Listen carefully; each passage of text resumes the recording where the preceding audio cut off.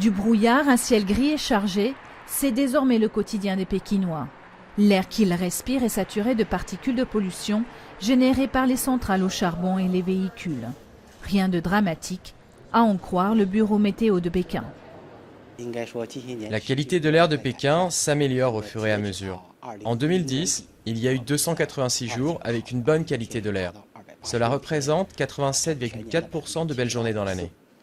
Des propos rassurants et pourtant, pour Greenpeace, le bureau de météo fait fausse route pour une raison très simple.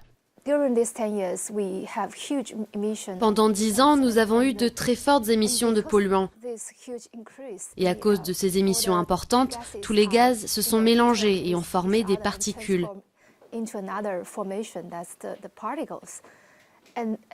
Mais le vieux système de mesure ne prend pas en compte ces particules. Alors même si les résultats sont bons, cela ne veut pas dire que la qualité de l'air est meilleure. Pas de mesure des particules fines PM2,5, les plus dangereuses pour la santé. C'est à ce prix-là qu'on peut afficher 286 jours de ciel bleu par an.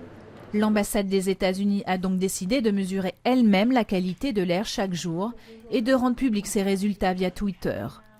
Loin de l'optimisme officiel, les résultats varient le plus souvent entre mauvais, très mauvais, voire dangereux pour la santé. Face à cette guerre des chiffres, des Pékinois se mobilisent.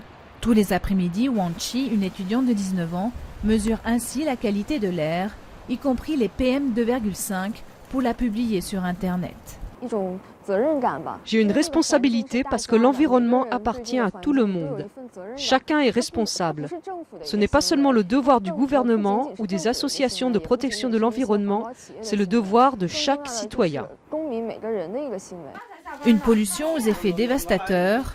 D'après des chercheurs, 300 000 personnes meurent chaque année en Chine de maladies cardio-respiratoires ou de cancers liés à la pollution atmosphérique. Les autorités tentent de trouver des solutions et elles promettent de mesurer bientôt les particules fines.